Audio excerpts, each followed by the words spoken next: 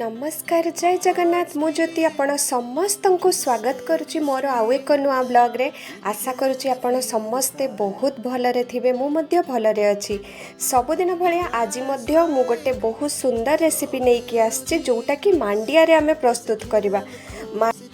मांडिया को थरे देखंतु ना एमिति बनांतु जो माने घरे खाइबा पाई पसंद करंतिनी देखिबे से माने बारंबार खाइबा पाई इच्छा करिवे आउ मांडिया रे बहुत परिमाण रे हमर हेल्थ बेनिफिट्स रहिछि जेमिति कि बहुत परिमाण रे कैल्शियम अछि फाइबर मिनरल्स एवं एंटीऑक्सीडेंट अछि एहा ओजन ह्रास करिबारे मध्ये बहुत सहाय्य करिथाय।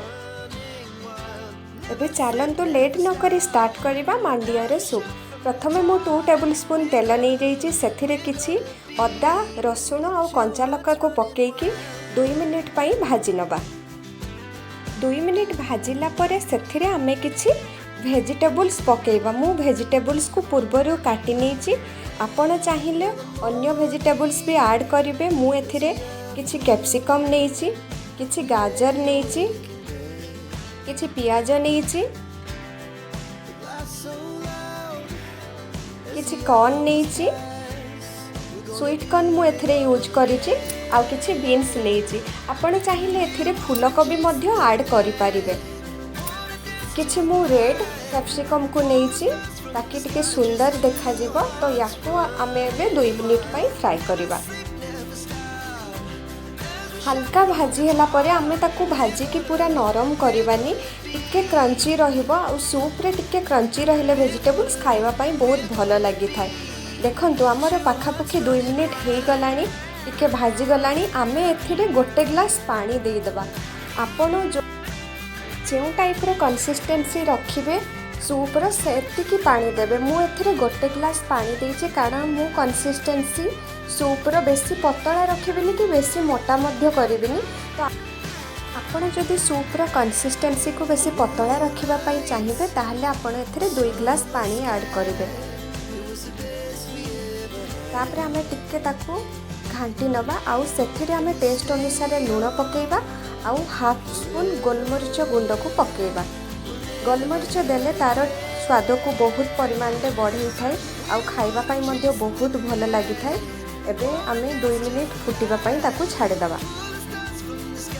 मु एठी देखंतु गोटे बाउल रे 2 टेबल स्पून नेछि मांडिया रो पाउडर ताकू भलो भाबरे पानी सहित मिक्स कर दबा देले भलो भाबरे मिसी गला परे सेटा आउ लम्प्स फॉर्मेशन हबनी जे एबे मांडिया को आमे मिसेई दबा वेजिटेबल सहित मांडिया पकेला माने आपण ताकू भलो भाबरे कंटिन्यूअसली गोळेई चलिबे नहले बहुत शीघ्र सेटा बहलिया हो जाए तो कंटिन्यूअसली आपण गोळेई चलिबे देले हमर सूपटा बहुत भलो से रेडी हो जिवो याकू आमे 3 मिनिट पर्यंत गोळेबा देखंतु केते ब्यूटीफुल देखाउची बहुत सुंदर देखाउची हमर वेजिटेबल रो सूप आ एटा आपण निहाती घरे ट्राई करंतु देखिबे समस्त को बहुत पसंद आसीबो आ एटा हम देह पाई मध्य बहुत भलो आ जो माने वेट लॉस जर्नी रे थेबे याकू निहाती आपण माने नियंतु आ जो माने मध्य डायबिटिक पेशेंट आपण माने बहुत परिमाण रे मांडिया को खाइबा दरकार आ खांतु मध्य एटा देह पाई जेहेतु हमर बहुत ही भलो तो एटा देखंतु हमर पूरा पूरी भाबरे रेडी ही गलानी देखंतु तार कंसिस्टेंसी केते भलो अछि बेसी मोटा नै कि बेसी पतला नै कारण एटा ठंडा ही गला परे आउ टिके बहलिया ही जिवो तेनु आपण एई टाइप रो ही कंसिस्टेंसी रखिबे जोटा कि खाइबा पई बहुत भलो लागिवो तो हमर एबे मांडिया रो सूप पूरा पूरी भाबरे रेडी ही गला देखंतु हमें बहुत सारा वेजिटेबल्स पकेइछु आपण चाहिए अदर वेजिटेबल्स मध्ये एथरे ऐड करि परिबे जोटा कि मु आगरु कहिछि आउ एबे हमर पूरा पूरी भाबरे मांडिया रो वेजिटेबल सूप रेडी ही गला चलंतु एबे हमें प्लेट को काढिबा एथिरे किछि एबे मु धनिया पत्र को पकाउछि आउ आपण गैस को एबे ऑफ कर देबे तापरे हमें प्लेट को काढिबा एबे हमर सूप पूरा रेडी ही गला एबे मु सर्विंग बाउल को काढुची